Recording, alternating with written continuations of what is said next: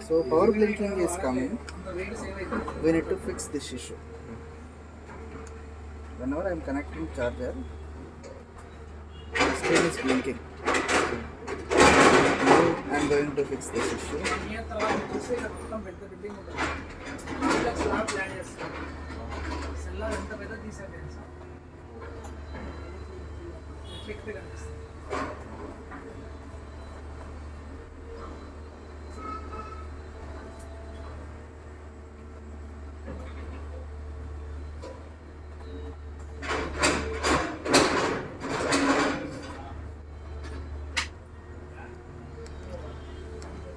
Okay, problem is done.